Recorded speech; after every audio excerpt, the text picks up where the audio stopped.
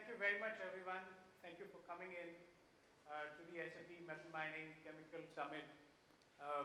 Manish, thank you very much for having me here. You know, it's been wonderful working with you and the team. The topic I think we are going to discuss in the next 10 minutes, and then we're going to have Puneet also on the stage. I am Ashwani Narang, and I lead the Intelligent Spend Management practice at SAP for India subcontinent. And we are going to talk about certain things which are happening in this area. And the first thing I wanted to talk about is the recent disruptors which are there in the spend management business. We all heard about COVID. We all are familiar.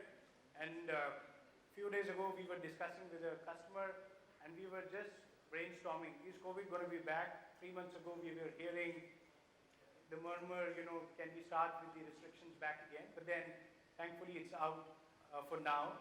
But then COVID or the other, exigencies which can happen, which we cannot predict, has been a very recent disruptor. We are talking about logistical challenges. Who can forget in America, we couldn't find toilet papers during the COVID time. And I think logistics played a very big role in that. And I'm sure you're going to hear on logistics a lot going forward. Labor crisis. We remember people from one place were going to the other, traveling, the big migration, we call it as in India, they were going from one city to the other city, and we all had labor crisis we dealt with. We also talk about geopolitical turmoil, and anyone can have a bad dream. This time it was Mr. Putin, so he had a bad dream, and Europe is really under pressure. We know how it's happening over there, and geopolitical turmoil is basically changing the dynamics back for us.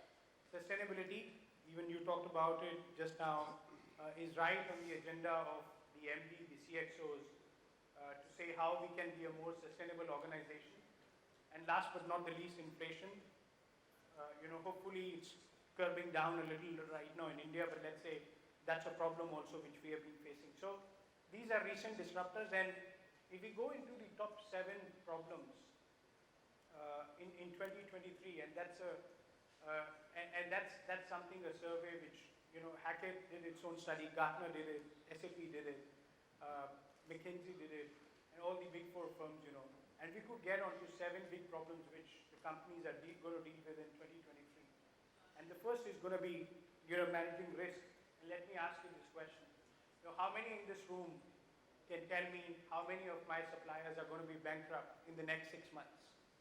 Do you know this? How many people in the room can tell us if your supplier is doing child labor? How many of you can tell me, is my supply chain resilience there in place?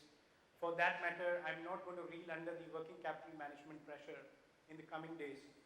And that's where we have answers to these type of questions. So managing risk is going to be very, very important. It's good to say I want to be in the business, but what if I don't get the parts or the raw material to build that particular product? And that's where we're going to have a problem. Reducing cost? No, it's not the time where we are talking about the traditional ways of saving cost. So what are the new innovative ways of saving cost? For example, if you're traveling from one place to the other,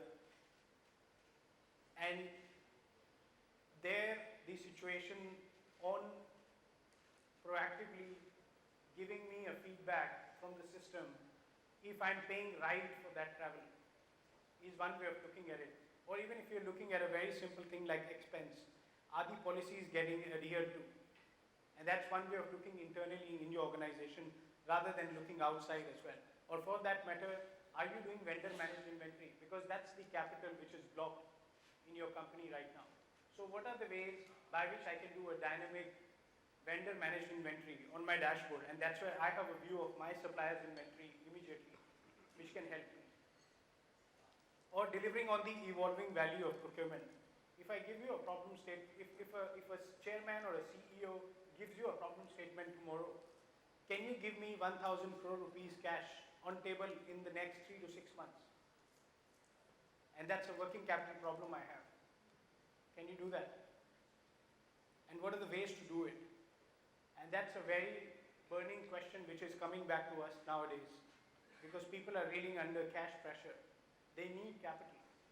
And that's where we are looking into solutions which can actually help you deliver that kind of promise back to your chairman. accelerating the procurement digital transformation. We are not looking at it in silos. It is no more a game of saying, I am going to take a product, fit it into my scheme of things. But what is your end-to-end view of holistic spend management, which can start right from spend analytics, go up to your employee expense and travel.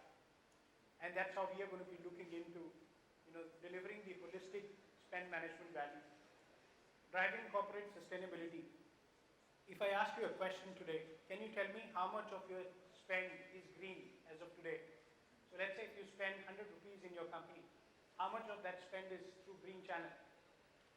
Can you tell me how much of your spend is coming from minority-owned organization? Can you tell me how are you supporting your tribal economy? Can you tell me how much of your spend is through women-owned enterprises?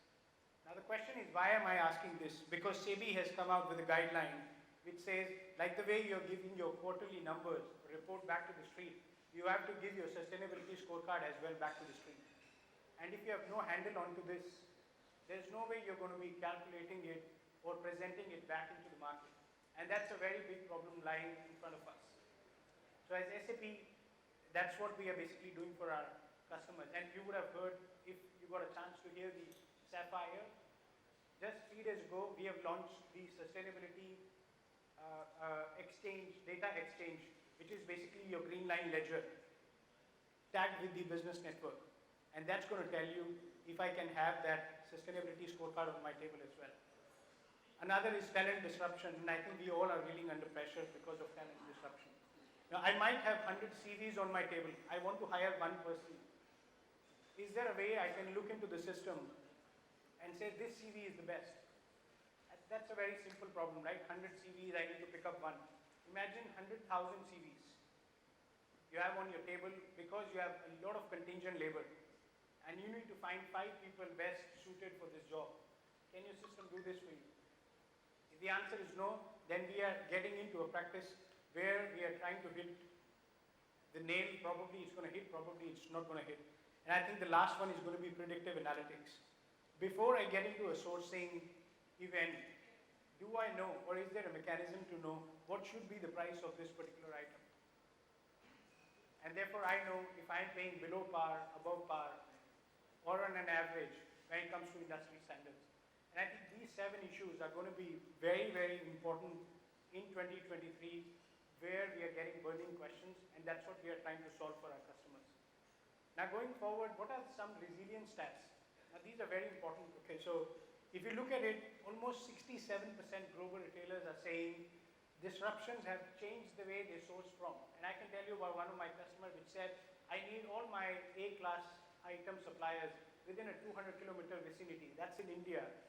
Because I know Tamil Nadu probably, let's say, is not under let's say, a lockdown, but my supplier in Rajasthan is under a lockdown. Therefore, I can't get my material. So the way you used to source, and we used to call low-cost country sourcing, is out. We are talking about just in case, not just in time. We are talking about nearshoring. We are talking about hybrid models. And that's where almost 70% people are saying it has changed for them. Almost 76% do not expect supply chain to normalize. There was a recent study between McKinsey and SAP we did. Every 3.5 years, you would get a supply chain shock. In the last 7 years, that frequency has gone down to 1.7 years. And let me tell you, it will further go down because it's not normalizing anytime soon. You all remember the Suez Canal incident. The material never came in. We couldn't make the products. Right? And I think that's going to be another thing which is going to stay with us for a while. 89% relying on automation to reduce time spent on manual tasks. And that's a question we need to ask ourselves. How can we do this? And if you look at some technology data callouts, 90% procurement leaders are using technology for competitive advantage. If today sitting on my table, I know this is my production plan for that matter, and I do not have the raw material, but I have the dynamic dashboard between me and my supplier to tell me this is the inventory he has at hand. What that means is I can change my production plan in a jiffy because I can get that material very quickly. But do you have it as of today? Right. These are the questions which are also burning in the head of a CPO to say, how do we handle this? 80% of organizations have not seen expected results of end-to-end digital because we work in silos. And that's where a company like SAP would come into picture, because we provide end-to-end solutions, very well integrated with each other, and that cuts the manual effort in between. And 50% fail to carry out due diligence below tier 1. Let me ask you this question. How many of you know your tier 1 supplier, the supplier you're working with? And we know our suppliers we are working with, right? Fair enough, okay, a lot of hands. Do you know who is their supplier? How many hands? Fair enough, one. Do you know who's their supplier? That's tier 3 supplier. So the recent report by Hackett says 90% of the organization know their tier 1 supplier. 22% of the organization know their tier 2 supplier. Only 1% of the organization know their tier 3 supplier. So if I ask you today, are you a sustainable company? You would say yes, we do this, we do that. But is your supplier sustainable? And you have no answers. Is his supplier sustainable? And his supplier is sustainable. And that's where we come with the genomics, the blockchain technology, which SAP has brought in, to basically track the whole tier system with the help of our third-party products as well, in order to give you that visibility. Now going in, this is something which is going to be the top opportunity for the procurement. Tier N visibility, we talked about risk management, sourcing and price reduction, supply chain sustainability, we talked category management coming back into the arena. We forgot those days where we used to manage category insights, but because of the inflationary pressure, category management is taking a rebirth, so to say. And that's where a lot of companies have started now doing category targets back to their purchasers. So this is where we are basically doing digital considerations. And that brings me to my next slide of 1 minute takeaway before we get Puneet in. Nearshoring is gathering momentum. We are talking about many organizations not feeling the benefits of digital on an end-to-end basis. The rise of ESG, opportunity for technology to bridge the productivity gap. And the last one is the workload is basically increasing. You can ask yourself, I know my answer. My workload has definitely increased because the headcounts are not getting enough and the work is getting a lot. Because of this whole rejig in the supply chain, the work has completely gone up, and the only way you can manage that to come down or manage it is by introducing technology. So very quick, how can we do that with SAP? And that's our North Star vision. That's where we talk about what we are doing for our customers, what we have done for our customers until today, the kind of results basically we are getting. So tomorrow, if you are ordering through a system, would you like to speak to a Siri and can you order a laptop for me? And that's the future we are getting into. And that's where SAP has taken a bid, and you would have heard about our partnership with Microsoft on generative AI, and that's where we are getting to. So very quick stat on the ISBN stack of solutions, and if we talk about metal and mining, almost 40% of the total top 10 India metal and mining business, they use our solutions. What that means is we can thank them that they've got all your suppliers onboarded. They've got a lot of ecosystem in play for you where you would not need to invest if you're not on that journey altogether as of today.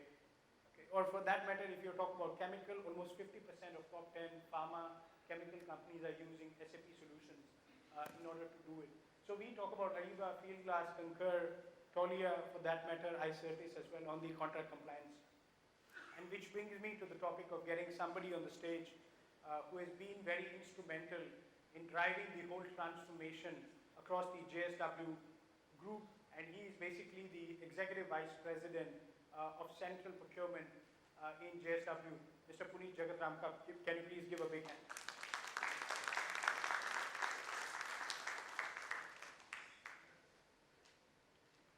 How are you doing today, sir? I have my hand up. I thought I'll ask you some questions as well if you're okay. Yes. Good afternoon, everyone. So Puneet, I think we have got some amazing stats behind us, and let me tell you, you are one of the top 3 contributors globally for sourcing events. Now that's commendable because globally we are running hundreds of thousands of events every year, and I think you are in top 3 globally is going to be great. So my first question to you would be, the cost optimization and efficiency are on top of your business agenda. you have also been one of the early designers of shared services for sourcing operations in India. And one of the interesting facts is, like I said, you're globally in top 3. When it comes to running sourcing events, let's say on a product like Ariba, can you please speak about your journey and value that shared services center plus SAP Ariba has been able to deliver? Sure. So, when I go back in mid 90s, about 94, 95, 96, so that is when all these transformations were happening, including Oracle, SAP, they all were emerging into India. So since then have been familiar, or maybe fortunate enough to be familiar with all this product. And specifically when we talk about the top 3 contributor globally, as the business becomes complex, when you have multiple locations, for an example in JSW, we have 22 odd locations wherein we have the operations, and maybe 6 businesses which we run as a company. And if I give you a number, there would be about more than 20,000 of the vendors who are registered with us. We would be releasing about close to maybe 40,000 plus purchase orders in a year, and maybe close to 8 lakh, 9 lakh invoices we would be handling. So, as it becomes complex, the digitization is a necessity. And unless and until you are digitized, the shared services, what he was talking, has been a great support, and it has been a remarkable journey the way our GBS operation, the shared services operation has come up. Wherever our setup is there in the globe, it's not only in India, everything is routed through GBS, whether it's got to do with the accounting or the payment and processing, account reconciliation, then comes the commercial, from the PR to PO, even post PO also, and including the HR aspect, the payroll and other stuff, because so many employees you will have to manage. So this is where it has been very helpful. And Ariba, my first experience was somewhere around 2010 or post 2010. So at the beginning, we were, let us say, all the tail spend. We believed Ariba is going to be a good churner in terms of a reverse auction module, which was quite exciting in those days. Reaching 10% saving, 20% saving was looking very low hanging fruit. And it became a reality after the usage of Ariba. So here in JSW, what we say, the 75% of the purchase orders, even though it has a value of 25%, should be through Ariba. You may not be able to achieve the 100% processing through Ariba. So maybe 20-25% of the orders may be outside Ariba as an umbrella contract, mainly for the raw material and others. But majority of the order processing, if you are doing through Ariba for the tail end, which is 25% of the spend, that itself was a great success because mass or complexity is being handled. He picked up a lot of good points, the 6 points which he was talking, but I hope I am able to answer or make sense to you. No, absolutely, and I think 9 lakh invoices through the Ariba platform. Let me tell you, you were also the largest contributor or spender in India last year on the business network of SAP. So that's all commendable to your leadership, the way you have run it. So absolutely answered my question. But then I had another one for you, which is, we have been seeing so much of government push towards digitalization. If you talk about the process areas such as GST filing, you talked about e-invoicing, as well as areas such as digital transfer using UPI. Additionally, there is a lot more importance which has been given to business compliance. So we are talking about end-to-end sustainability, SAP guideline, we talk about that. The sustainability report submission. Like I said, SAP has just launched the Sustainability Data Exchange in association with the Business Network, and you've been adopting Business Network so really well. So with these, how do you see technology supporting source-to-pay operations, and let's say some examples you can throw from JSW's digital journey which you have done? Yes. So on the sustainability, like today, he talked about the labor labor law, he talked about in terms of a business ethics or the compliance to taxation part of it. So all this while the vendor is registering with you, even the code of conduct, so all those things can be very well taken care of, even up to the scope 3, wherein your supplier, what carbon emissions he has. He was talking about tier 1, we did not go up to tier 3, but at least those who are our supplier, they have to report and register what carbon emissions they has. So then we can monitor our carbon emission, then overall how much we are responsible in terms of a sustainability, what all differences and the choices we have to make. So digitization is a way of life. He also referred to VMI. So we have launched a project called Sampark, wherein all our key suppliers, those who are long associated with us, they are willing to operate on a VMI. So this is where again digitization helps. The product is in your premise. If it is import, it may be in the FTWZ zone. There is a good amount of traceability. There is a visibility is there. There is a planning.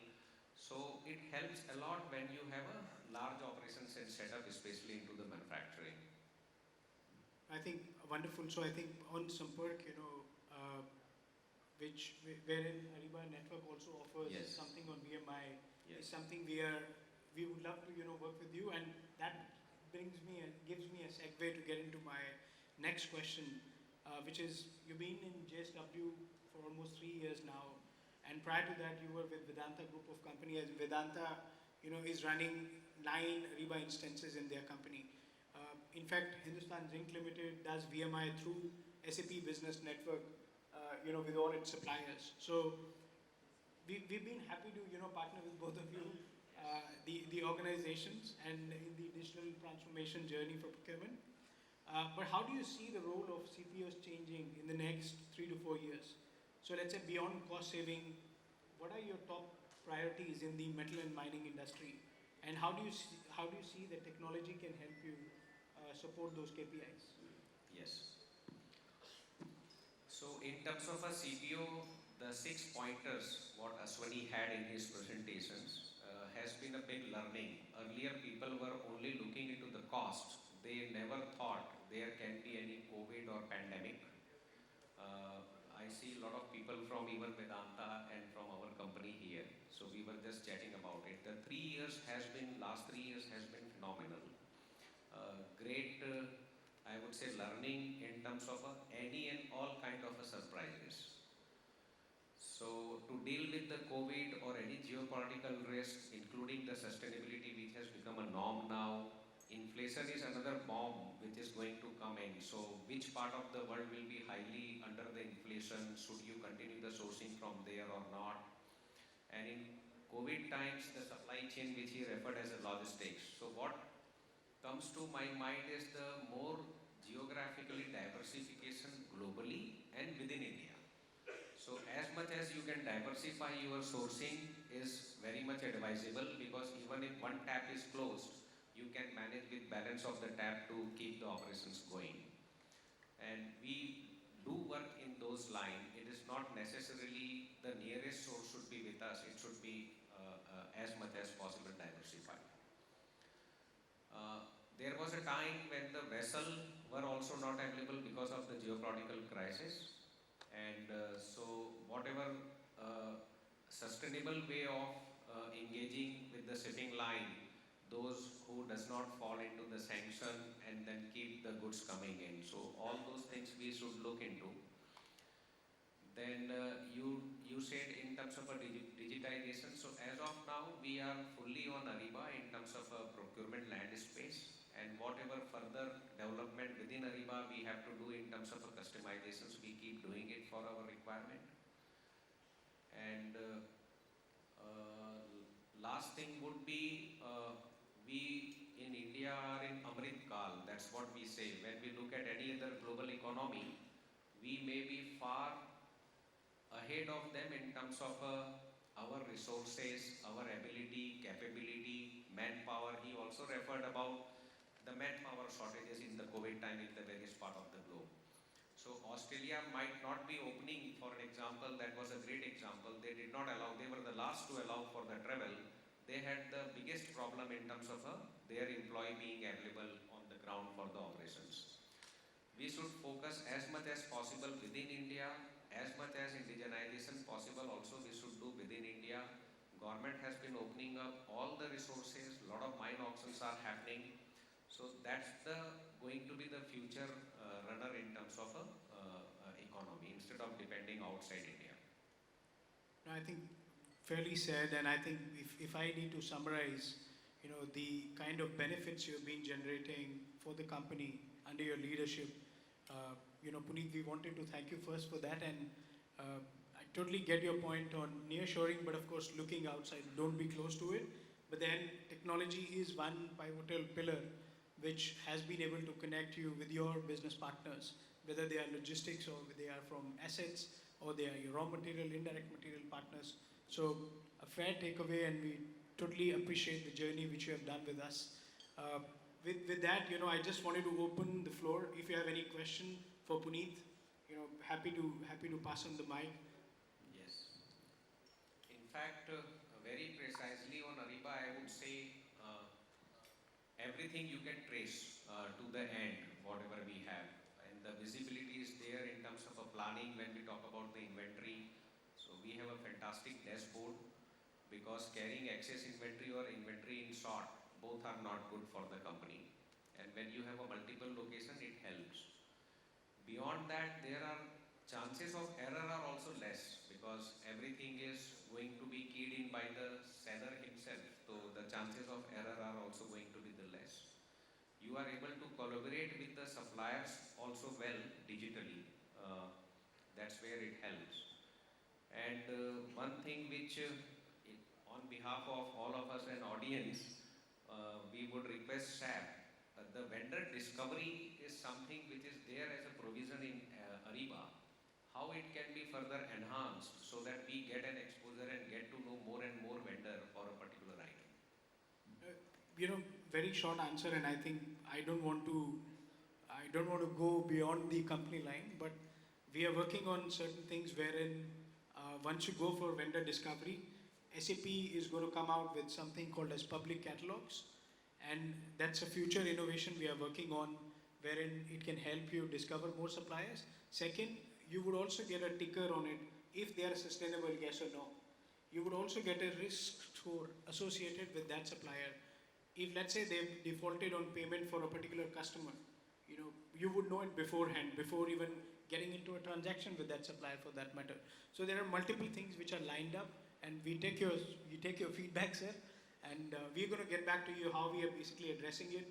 The innovations are expected later this year in the next or the following quarter, and that's when probably we can announce it also to the larger audience. But thank you very much, Puneet. It was great talking to you and hear about your journey on SAP procurement solutions. If there is a question from the audience, we can take it.